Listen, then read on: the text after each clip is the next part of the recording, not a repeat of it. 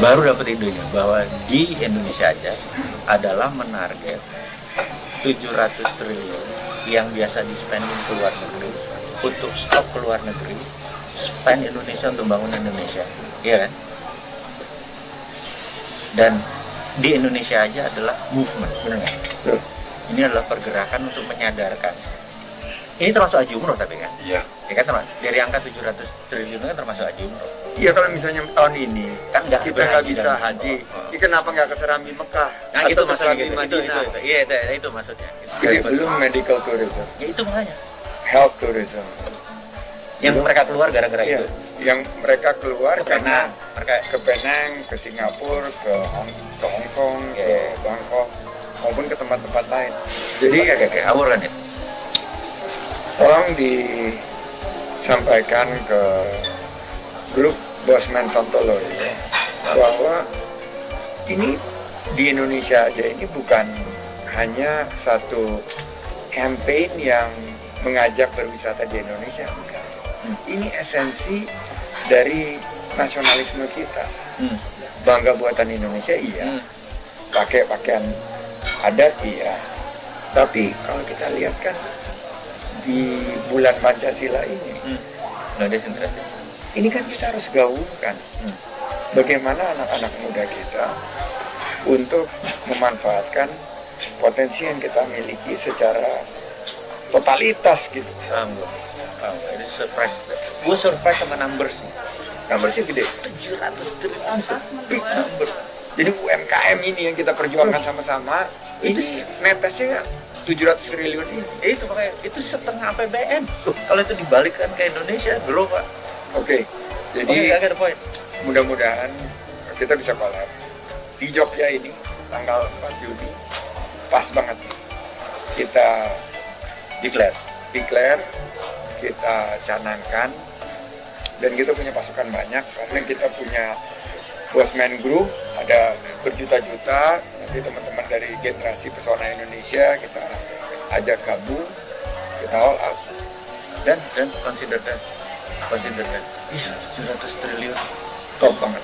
Gue pengen ngomongnya sih tentang ya hal-hal yang apa sih yang perlu kita perhatikan, dan kalau ngelihat pemikiran-pemikiran kan dari segi keuangan moneter, Bosman nih ahlinya. Jadi apa sih ini COVID-19 dan kira-kira gimana kita mesti bereaksi?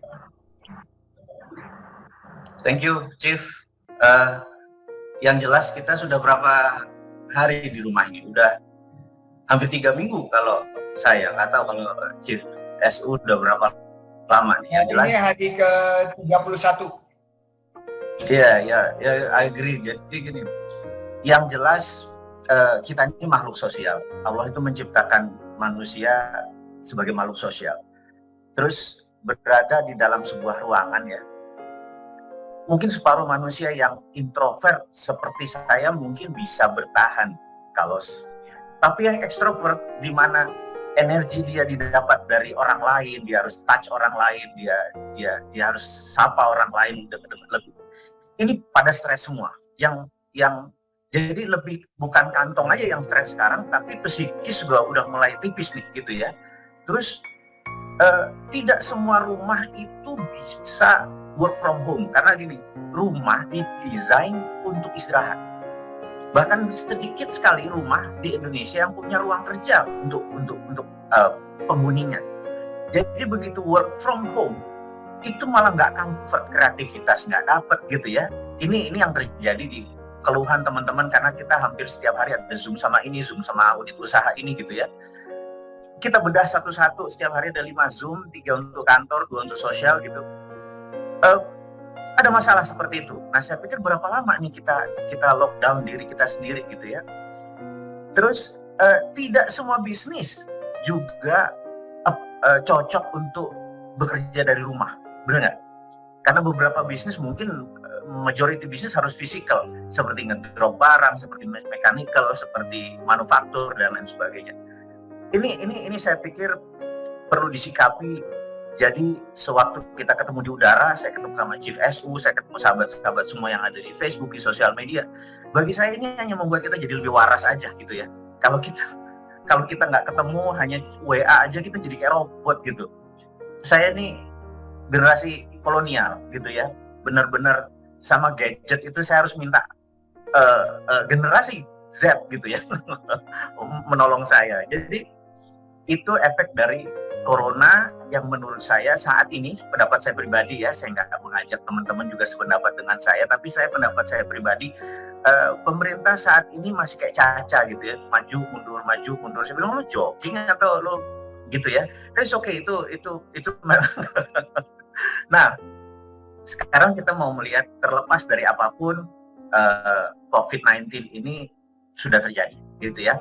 Kita nggak bisa bilang bahwa gara-gara dibuka lah Januari dan lain sebagainya. Yang penting udah terjadi. Kita coba menganalisa adalah berapa lama lagi, gitu ya. Itu yang lebih penting karena dari Boston Consult Result, saya sering berkomunikasi dengan teman-teman dari semua negara.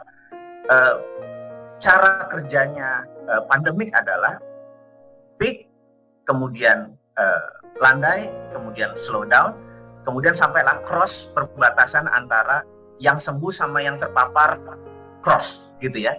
Itu artinya sudah lampu kuning, lampu hijau. Jadi kalau peak itu lampu merah gitu ya, kemudian melandai, kemudian menurun, terata, melandai, kemudian cross. Begitu cross itu udah lampu kuning, kasih seminggu kemudian lampu hijau gitu ya. Nah, pertanyaannya adalah kapan peaknya gitu ya. Itu pertanyaan paling fundamental bagi kita pebisnis gitu ya, yang melihat kapan sih peaknya gitu ya. Nah, kalau melihat dari cara saat ini, saya kemarin baru aja Zoom dengan teman-teman yang di Makassar, di Manado, di Maluku. Saya kaget karena di sana benar-benar seperti 80% jangan-jangan masih kayak di luar gitu loh. Itu saya pikir, waduh gitu. Berarti nanti ada first wave Jakarta, second wave luar daerah, ada third wave. Kan ngagetin gitu ya, karena saya pikir kita ini punya wilayah memang spread around yang saya pikir, aduh gimana ya gitu. Saya juga kalau jadi pemerintah, saya tahu kebingungan mereka gitu ya. Mereka mau tegas gimana, nggak tegas gimana gitu ya. Tapi sekali lagi, ini semua sudah terjadi. Saya cuma mau melanjutkan sedikit. Jadi saya coba kalkulasi.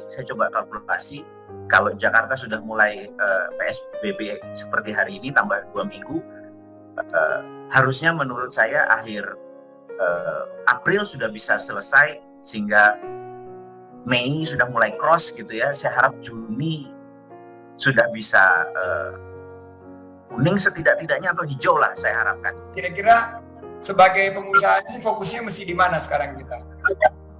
Oke, Chief.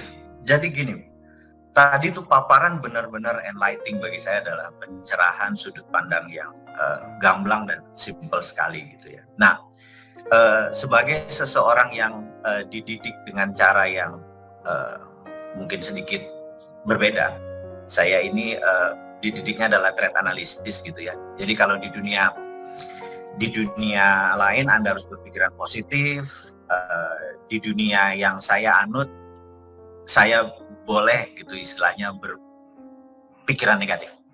Yang tidak boleh adalah feeling negatif gitu ya, negatif feeling. Jadi positive feeling boleh, positive thinking boleh, negative thinking boleh, yang nggak boleh adalah negative feeling gitu ya.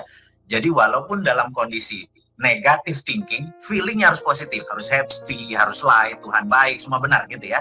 Jadi ini yang bedakan. Jadi saya ada sedikit trade analisis yang saya coba urak-urak, yang coba saya share kepada teman-teman gitu ya. Jadi corona ini memberikan pukulan yang belum pernah ada dalam sejarah modern. Itu analisa kita pertama. Di tahun 98 benar, Chief bilang bahwa UKM survive. Di tahun 2008 UKM survive. Di tahun 2020 ini berbeda. UKM kepukul. Karena kita harus stay at home. Yang beli stay at home, yang jualan gak ada yang beli, dia nggak bisa jualan gitu ya. Nah, kita akan berbicara kepada teman-teman yang kena pukulan yang itu UKM. UKM Indonesia ini adalah memberikan lapangan kerja terhadap 93% angkatan kerja. Saya ulangi lagi, UKM di Indonesia itu memberikan lapangan kerja kepada 93% angkatan kerja. 97 Bosman, data terakhir 97. Itu lebih parah lagi. Jadi berarti sisanya yang 9 naga, yang BUMN, yang multi company itu, yang 3%. Itu bahasa Jawanya kan nemen gitu ya, keterlaluan gitu ya. Terus kita ini kaum UKM tidak dapat perhatian seperti yang 3% tadi, gitu. Yang 3% tadi employee-nya tapi menguasai 90% ekonomi, itu yang keterlaluan. Nah, kita ini sudah paling besar menyerap tenaga kerja, tapi seperti dianaktirikan. Contoh, saya kadang-kadang suka ekstrim. KUR itu bisa 2% sebulan, kalau dikali 12, 24%, tapi kalau Sinarmas minjem kredit 9%. Ini bank untuk rakyat atau untuk konglomerat sih? Itu cuma pertanyaan-pertanyaan kritis yang kadang-kadang kita boleh nanya. Dan pejabat harus jawab, benar ya? Jadi ini bukan memprovokator, tapi kita mencoba kritis gitu ya. Karena saya dididik kiai kampung. Jadi mbah saya, Pak De saya adalah kiai kampung, NU. Yang kami biasa kritik satu sama lain, kita ledek-ledekan itu biasa gitu. Di dalam demokrasi itu beda pendapat biasa. Bahkan temennya mbah saya bilang, oh ini Habib, dia turunan Rasulullah. Saya bisa nanya, gimana cara ngitungnya gitu ya. Itu anak 11 tahun boleh-boleh aja nanya gitu. Di komunitas NU yang pakai sentir ngomongnya malam-malam tahun 70-an itu, saya nggak ngelihat masalah kita beda pendapat, dan kami biasa dikritik dan saling mengkritik gitu ya. Sekarang ini agak alergi gitu. Jadi saya pikir ini negara demokrasi apa bukan sih gitu ya. Jadi coba kritik saya, coba gini ya teman-teman semua yang di sosial media, Facebook yang saat ini online. Kritik Chief NSU di depan saya ini, kritik aja Mas Sandi ini, kritik aja Bang Sandi ini. Dia biasa-biasa aja tuh, karena dia dididik memang beda pendapat, it's okay gitu ya, selama nggak personal. Misalnya hidung lu pesek sih gitu ya, itu bukan kritik namanya, itu personal gitu ya. Kita nggak pernah kritik personalnya gitu ya. Oh muka lu jelek gitu, atau hitam, nggak boleh gitu ya. Tapi kalau bilang kebijakanmu itu merugikan, kita harus ngomong. Dan begitu kita mengkritik, kita kasih tahu ini solusinya gitu ya. Nah, kembali lagi setelah corona ini, setelah memukul UKM, pasti memukul UKM, karena UKM menurut saya ya, teman-teman UKM udah share. Maret kemarin mereka bisa gajian, April mereka gajiannya pakai apa? Pakai tabungannya owner. Gajian nanti bulan Mei dan bulan Lebaran dari mana tabungan? Kalau sampai Juni UKM jedak. Ini yang kita bilang bahwa apa yang terjadi kalau UKM 50% membuang unemployment, membuang pegawainya menjadi unemployment meningkat 45% in 1 month, bener nggak? Dan itu badai itu lebih parah daripada badai corona. Jadi setelah corona selesai kita bisa atasi, ada badai berikutnya. Nah, kita di sini nggak bisa cuma memberikan saran sebaiknya, bukan begitu. Hari ini kita berdiskusi, hari ini teman-teman mendengar, kita harus memberi contoh konkret. Capek wacana, gitu ya. Wacana itu bukan untuk kita. Kita adalah action plan. Jadi bagi saya, teman-teman, saya mencoba meringkas ya. Bagi Anda para UKM yang kena seperti UKM yang saya juga miliki, nomor 1 saya sarankan ubah bisnis model. Jadi kalau di dalam bahasanya Chief Sandi nasihati saya, kalau kita lagi main basket, kita kan punya strategi untuk attack atau defense gitu ya. Terus kita bilang, ada kalimat, don't ever change a winning streak. Jangan pernah ubah kalau strategi itu memenangkan pertandingan. Don't ever change a winning streak. Tapi saat ini, kalau Anda lihat ternyata omset Anda naik 2 kali lipat dengan ini, jangan pernah ubah. Tapi apa yang terjadi kalau omset Anda turun 80%? Berarti sudah tidak winning lagi metodenya. Change. Jadi nomor 1 saya sangat menyarankan sahabat semua, dimanapun Anda berada, kita review bisnis kita dan ubah bisnis modelnya. Nah, nanti mungkin ada di sesi berikutnya nih ya, untuk kita go through detail bisnis model itu seperti apa. Jadi bukan merubah nature bisnisnya yang tadinya petani terus merubah menjadi supir ojek gitu ya. Nggak begitu, itu bukan merubah bisnis model gitu. Merubah bisnis tetap sebagai petani, tetap menghasilkan agribisnis, tetapi punya pendekatan digital. Misalnya itu salah satu bisnis model. Yang kedua, kepada teman-teman yang apa namanya pegawai, Anda profesional, Anda bukan business owner.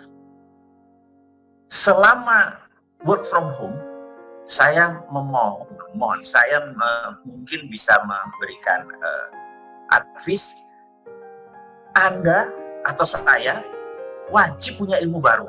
Jadi selama 3 minggu saya membaca 8 buku. Dan saya tahu buku yang saya baca ini tidak populer.